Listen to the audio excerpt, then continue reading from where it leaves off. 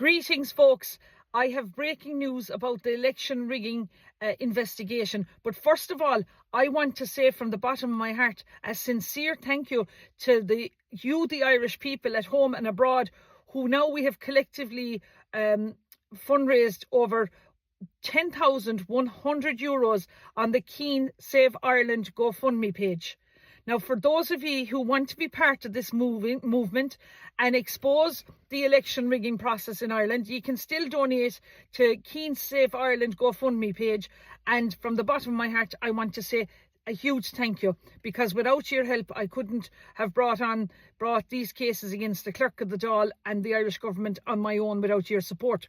But now look, I speak now not just for myself, but for every voter in Kerry and across Ireland who deserves an election that is fair, transparent and free of manipulation. Look, I have seen it with my own two eyes, what no candidate should ever have to witness. On election night, inside the Turin-Cahill polling station in Guineveguilla in County Kerry, I personally saw a presiding officer tear ballot papers directly from a ballot book in plain sight, as a polling clerk stood by idly and did nothing.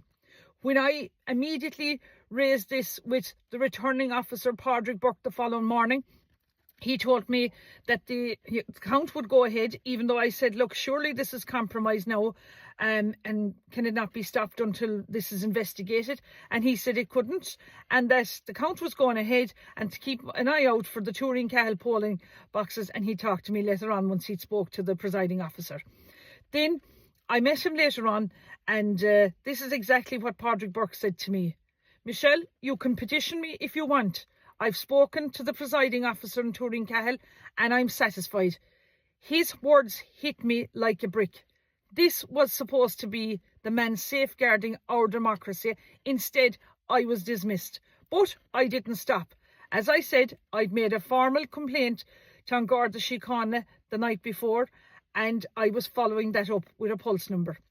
Now, look, the Gardaí have now confirmed officially that the electoral materials are required as part of their investigation into my allegations. This, folks, is huge.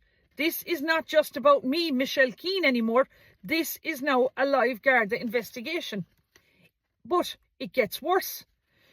New evidence has come to light, allegedly showing that Gardaí were not present in the Carrick polling stations for the entire day of the voting.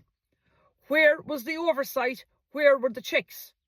Her Honour Judge Emily Egan ordered that the Clerk of the Dáil 3 weeks ago write to An Garda Síochána to ask whether they required the sealed envelopes and the marked registers for their investigation. Last night, I got a letter from the Clerk of the Dáil, from the Garda Síochána, and the Gardaí have now confirmed in writing that they do require this material and that it is crucial for their ongoing investigation and assessment. And a further letter from An Garda Síochána now confirms that I made a direct statement about electoral irregularities at the Turin-Cahill polling station. Detective Inspector Brady has been appointed as the senior investigation officer now, and the chief superintendent has ordered a file to be sent to the DPP. The Gardaí have clearly stated that if the Clerk of the Dáil holds any further information about the Turin-Cahill polling station, it should be supplied to the Gardaí for urgent examination. I will now be bringing a motion this Wednesday, the 18th of June, a new motion before Justice Emily Egan to seek access now to inspect the ballot card information from the last general election. Let's not forget, folks, voters who supported me can no longer locate their names on the marked register. Polling cards were issued to deceased people. Some voters in Kerry received 2 polling cards, and access now to the zip files of the marked register that has been sent to me from the Clerk of the Dáil has now been obstructed, just as I get closer to the truth. What is being hidden, folks? Where are the files? Why aren't the files suddenly inaccessible? I ask every voter listening, If this can happen to me, it could happen to you. I'm not giving up.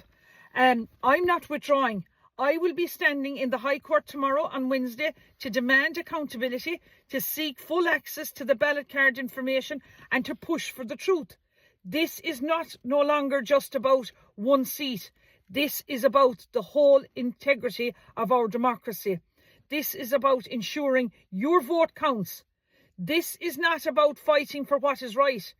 I will not be silenced, and I will not stop until justice is done. Look, the unthinkable danger now of AI-driven terrorism is not too far away. Today I speak not with fear, but with a deep sense of responsibility and urgency. A new report from the United Nations has issued a chilling warning that should stop all of us in our tracks. AI-driven vehicles, cars, trucks, self-driving systems could soon become deadly weapons in the hands of terrorists. We already know the tragic history. We've seen how cars and vans have been used in terror attacks to mow down innocent people in crowded streets. But now the game is changing. The United Nations Integral Crime and Justice Research Institute and the UN Counter-Terrorism Centre have sounded the alarms. Terrorists may soon be able to seize and remotely control self-driving vehicles, turning them into silent weapons, targeting public spaces without ever being present. No driver, no risk of being caught, just destruction from a distance. Look, folks, it doesn't stop there.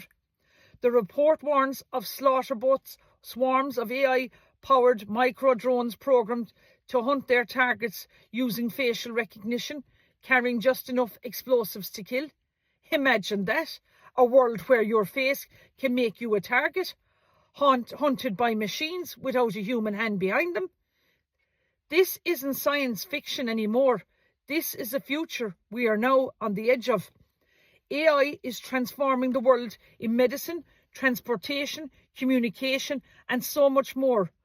But if we don't act now, the very tools meant to heal and connect us could be twisted into the weapons of terror. The UN's message is crystal clear. This is our early warning. This is our chance to act before it's too late. We must demand our leaders from our governments, from our tech industries, global strong protectors, coordinated international action, absolute safeguard to prevent AI from falling into the wrong hands. Because, folks, if we don't, we may one day watch helplessly as a driver's truck hurtles towards a crowd controlled by someone behind a screen. Or as a tiny drone, faster than we can stop, make decisions of life and death on their own. This, folks, is not just a security issue. This is a human issue. This is about protecting our children, our families, our streets, and our futures. The time to act is now, before the unthinkable becomes a reality. I, Michelle Keane, am keen on my country. And let's get justice and change the electoral process from here on in. Gora Míle Maith Agaibh.